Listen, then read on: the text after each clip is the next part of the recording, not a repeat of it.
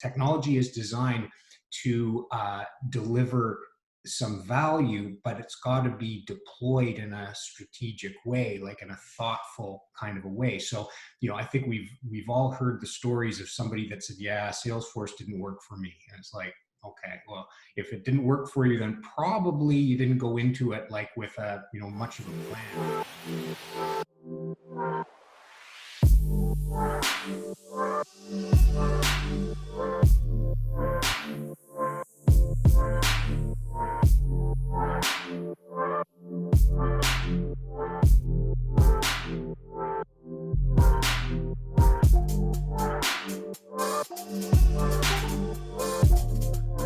Podcast, goosedigital.com. Who do we have? Robin Kroll. Chris O'Neill. Jen Pugsley. Michael Turksani. All right. We are looking at CRM because it's becoming more of a topic area in our digital roadmaps with our insurance customers.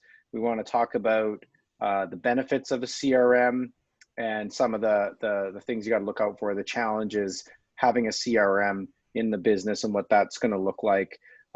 This is an area that Christopher O'Neill loves because he uses a CRM every day of the week. He's using the CRM. Yes, I do. We've been using Salesforce inside of Goose Digital for, I don't know, 5-6 years since the beginning. So we know what it can do and are eating our own dog food in that regard, but there are a number of different ones out there. So why don't we talk about, we've got a few different benefits of having a CRM, but why don't we just take, first of all, a quick step back as to, what are we hearing out there? Maybe we'll start with you, Robin, and then Chris, and then Jen. What are we hearing right now when we're in these roadmaps, when we're in these strategic conversations about the role of CRM and why it's becoming a topic area? I think one of the things that we are hearing first and foremost is this need for visibility. So understanding both from the lead perspective, so net new business that's coming in, but also the opportunities that are coming from the customer side. So cross-sell and upsell.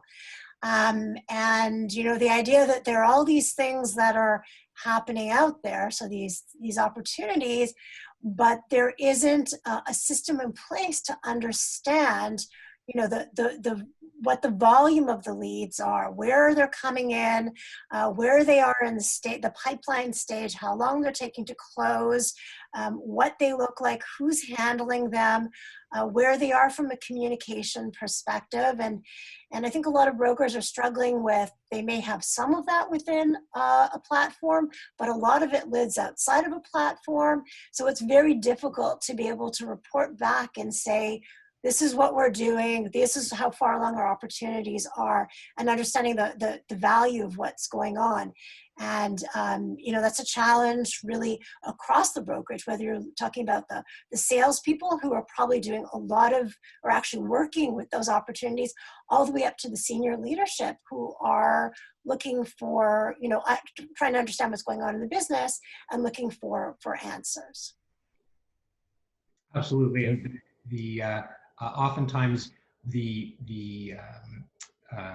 inspiration for getting into a CRM is around the visibility of information. And so there's a lot of platforms, those BMS platforms, oftentimes are not really friendly toward getting access to the information. There's a lot of work that would be involved in sort of manually mashing up a report. And what we're hearing from a lot of the broker leaders out there is that they want to know sort of what is in the pipeline, what stage is it at, what is the volume, what are we going to need to be able to position with our customers, and not having any of that information readily available. There's a lot of guesswork going on in terms of what's going to be coming down the pipe, what is actually going to happen. There's a lot of manual sort of conversations that have to happen with producers, and it's for a lot of folks right now, I think looking at at the marketplace. I think it's more and more one of the things that is almost like a have to have. You have to be able, if you're attracting new producers into your brokerage, you're going to have a system that's going to be able to give them the accessibility to that information. What's coming down the pipe. So I think it's almost like getting to the point where we saw it. We've seen it for 20 years in tech, and we've certainly seen it in distribution and warehousing and so forth. These are our verticals that have adopted these platforms, and it's an absolute have to have. And I think that's becoming more and more the case among the insurance brokers. Great. Jen? Yeah, I think visibility as well. I see it on our side for visibility. Some of the programs I work with are far more advanced in their journey with CRM. So even if they've had CRM for 5+ years, where I kind of see a lot of the need and conversations going is leveraging CRM data for better marketing automation programs. So things like better personalization, more real-time triggers, the whole sales piece and providing them alerts. So it's definitely a journey, and I think it all comes back down to visibility. But there's different challenges, I think, across that journey, even if you have had, a Salesforce CRM or any other kind of CRM for quite some time. So. Yeah, maybe just add something in that we've heard even as early as yesterday on one of our calls through the roadmaps that you're on, Robin, around, the online and offline process. I mean, I think there's a lot of digital kind of pigeonhole their conversations going on around driving value, say with marketing automation, and not realizing how much of that traffic or demand that you can create will actually hit the phone room or will hit your conversations offline. And the moment that happens, you sort of have to have an ability to look at all those things together. So if you're running a cross-sell program, or you're running, inbound lead gen, or you're running these elements kind of all in unison, we know that there's going to be a high percentage of those leads or e-commerce transactions, if you're doing e-commerce on insurance, that will fall off and that funnel, and then land in either an inbound phone call, an inbound email, or potentially even having to follow up with that. So I think a CRM gives you that kind of single view of what's going on from that angle, and a lot of flexibility in next generation CRM or current generation CRM, potentially unlike the BMS, depending on what BMS you're using and how far along it is in really activating strong digital touch points. So that's another kind of need that's come up, where they're now realizing, well, we can't just have an email thing over here firing off thousands of emails a week potentially, and no ability to really manage that through a proper CRM environment. Okay, so I mean, I think we've all touched on a few of the benefits, but why don't we start with the visibility piece? Because I know that one came up. If you want to kick that off, Chris, and then maybe Robin back you up, and then we can go into one of the next kind of areas here with Jen kicking it off. Yeah, for sure. So visibility. One of the things that maybe a term that's overused or underused is digital transformation. And so when you have sort of your information digitized, that means that you can sort of you have accessibility to it from wherever. Whereas we're seeing some things in the insurance world right now where there's this whole go paperless thing, this whole sort of like, let's take everything out of paper and make it more digitally available. And that's really what I think is probably one of the driving forces, behind some digital transformation, is the fact that industries are actually like dictating, hey, we're going off of paper now. So it's like, okay, so if everybody's going off paper, that's actually going to deliver a whole lot of value across the whole chain. So you've got that opportunity to kind of move from your system of record being in this inaccessible place in a BMS to actually maybe moving it into an accessible place in a CRM. I'm not saying you can get away without a BMS, because you need that policy management, you need that ability to integrate with the industry and all that kind of stuff. That's a given. But the question is, what's the best way of positioning your data, your actual business data, so that you have access to it, so that you can sort of produce reports and dashboards that will be helpful for both the stakeholders and people working in your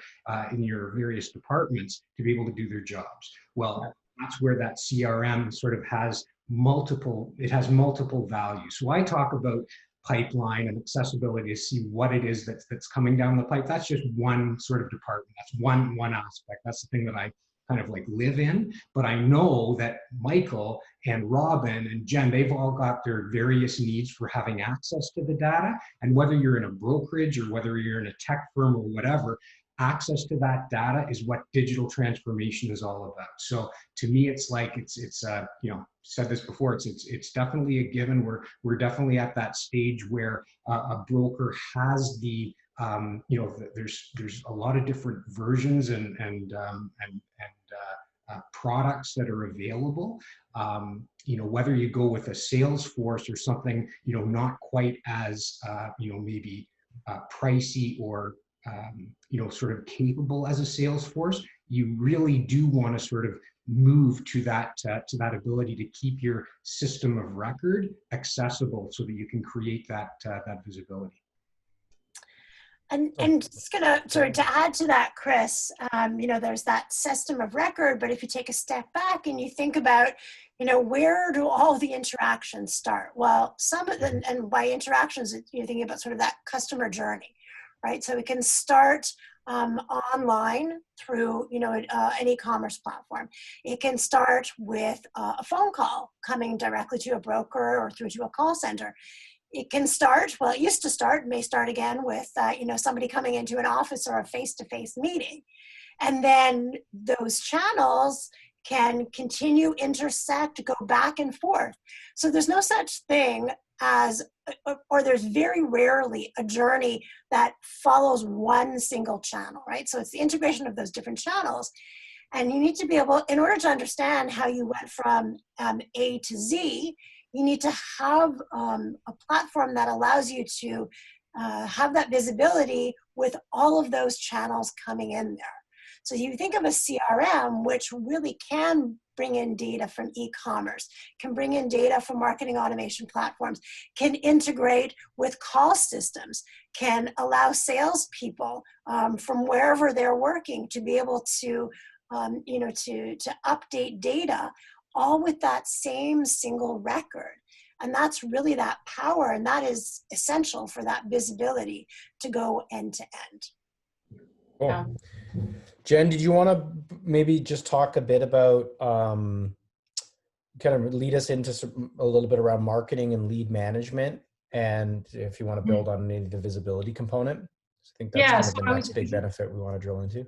Thinking about what you were talking about, Robin, you know, if we look at that funnel and we kind of go beyond error cover into lead management and nurtures, where this is really where timing, personalization, and all of that stuff is in that, and again, that visibility over to sales, but over also into marketing really comes into play, because you're not going to convert on that on those first few steps, right? So what does that process look like? And how important is it to really leverage that data and accurate data in order to make your next drips of reach outs and nurtures highly personalized, highly timed, have all of those alerts and visibilities and scoring, if you're playing in the scoring world, back over to sales to really drive that sale. I think, Robin, one of the things you mentioned, you know, and maybe we can kind of touch on this a bit, is that I think for brokers, it's hard because the BMS is always, they look at the BMS as their system of record, right? So I think, but in a lot of cases we've seen they're not using their system of record, their BMS, for sales, for even that, you know, it's heavy on the policy, you know, personal lines, customer side, but not so much on the lead side. So even if you make the decision that we're going to bring in a CRM and our 2-year goal is to get everything in there. I think there's so much value at that, at the lead to customer stage that can't be overlooked anymore. And I think that's what we're hearing.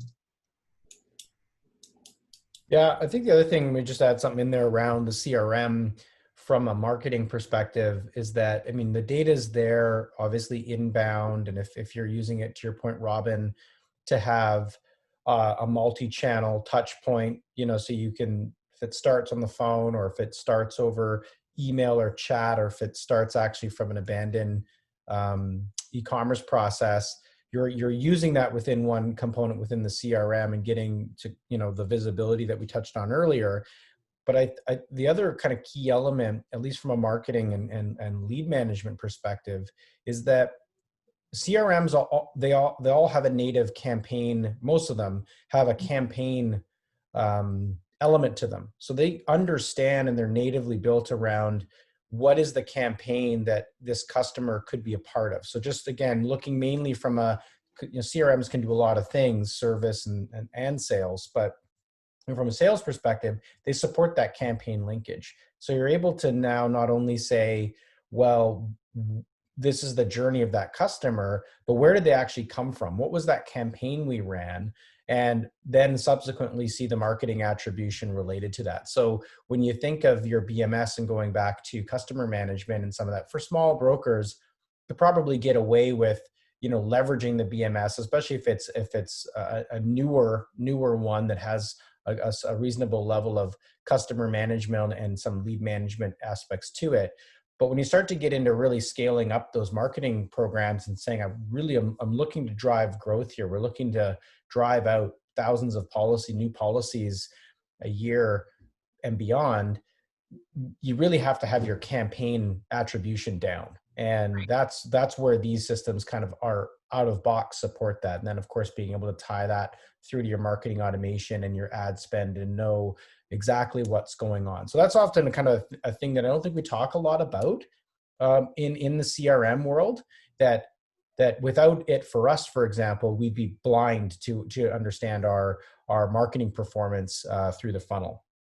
Well, and frustration around and I know now where you were going with the lead management, but it's frustrating from a marketing perspective if you're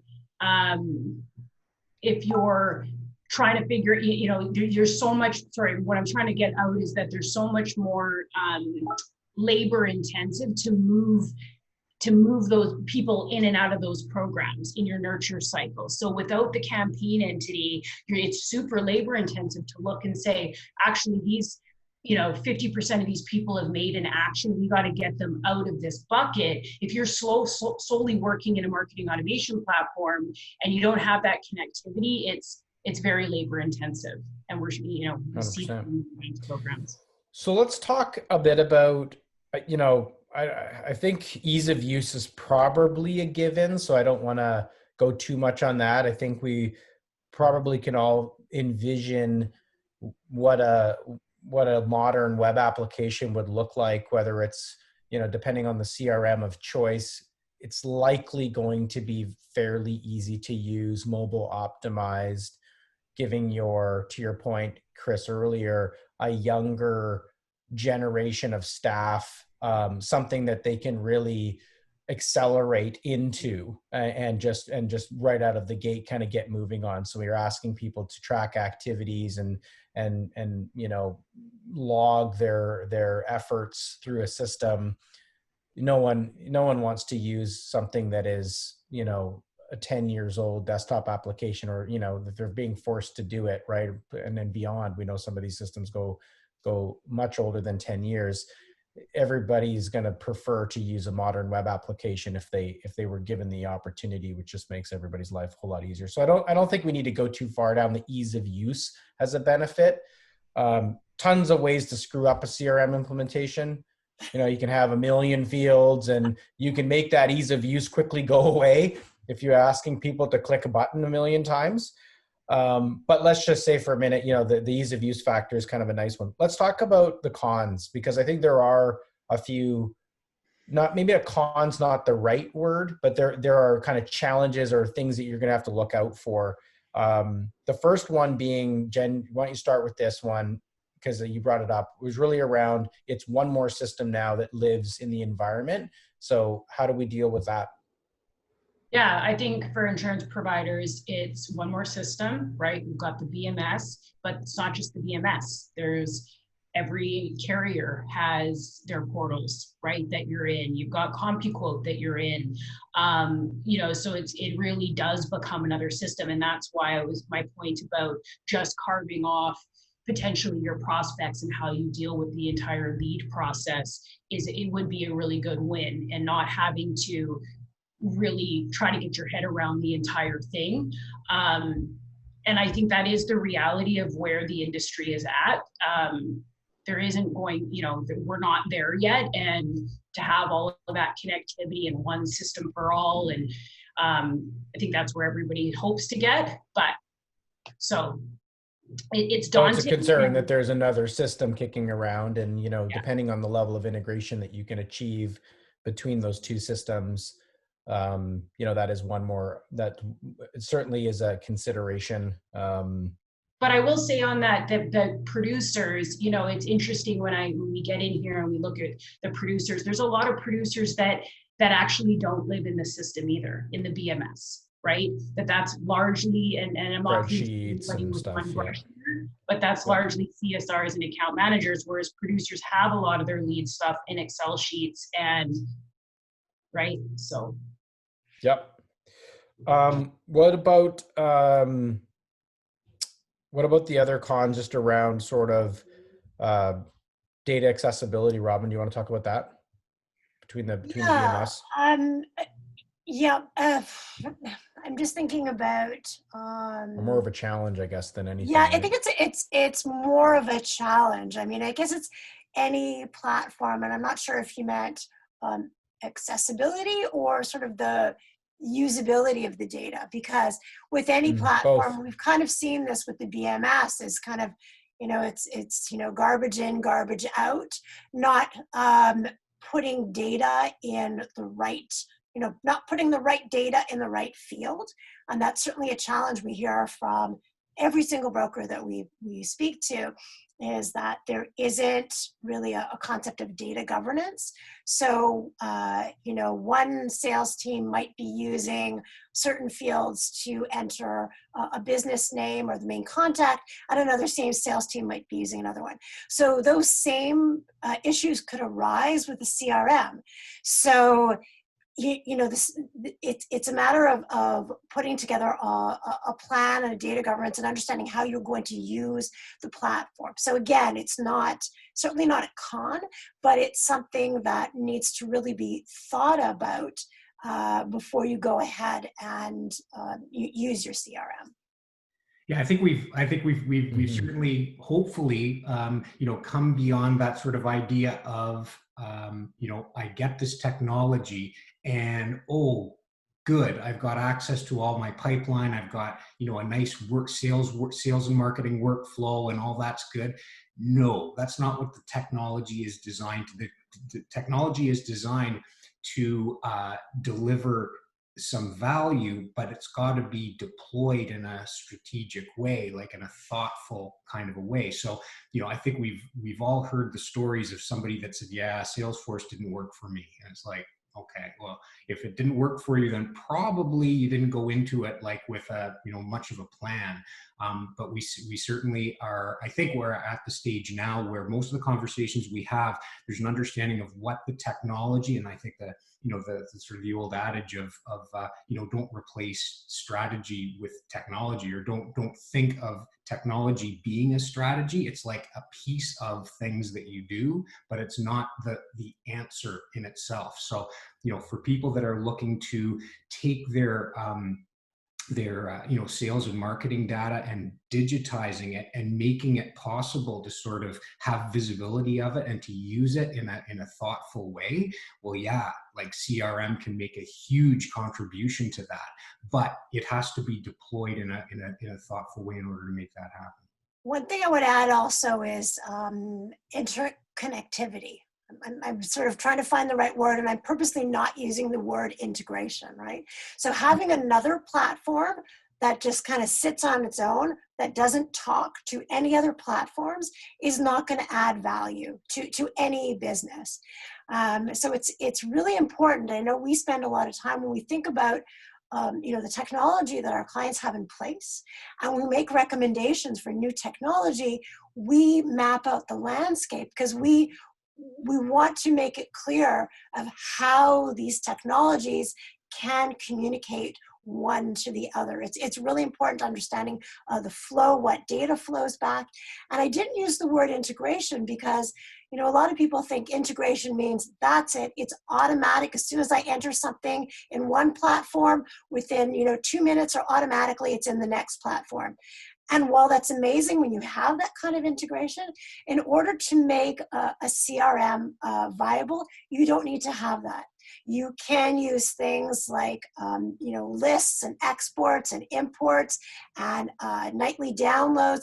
These are all things that are really still very effective because they do meet that interconnectivity need without those automatic integrations. Yeah, and I think, just to close this off, because I think this has been really kind of a timely topic, given kind of the roadmaps that we're in and what we're hearing from the brokers right now in terms of activating their sales and marketing.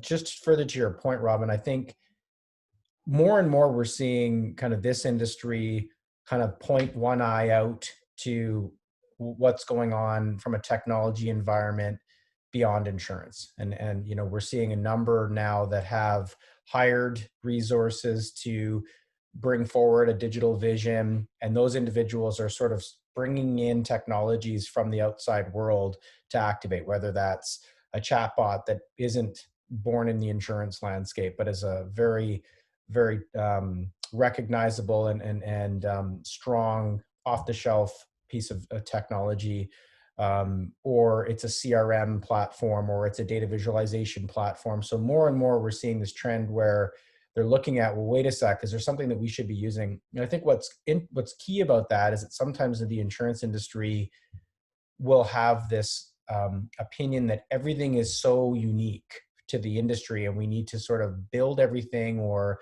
really select within technology vendors that are in this industry. And some of that is true. There are some things that you cannot get away from. But I think as you look at the front end of the customer experience and those real touch points around sales and marketing and customer service, Salesforce has had to deal with, just using them as an example, not necessarily pushing that platform, but Salesforce has had to deal with legacy platforms across all industries, right? Mm-hmm. Legacy ERPs and accounting systems and customer management systems that, to your point, Robin, are the master records. And we do need to do a nightly download in order to bring it into our CRM.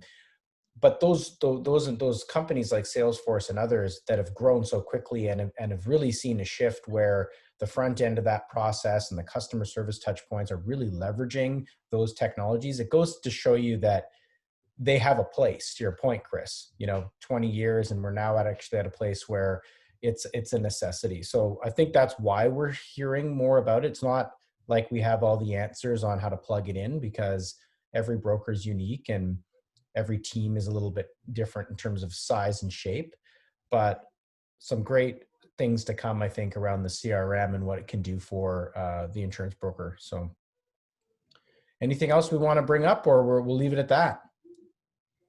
Good. All right. Thank you. Thank you. Take care.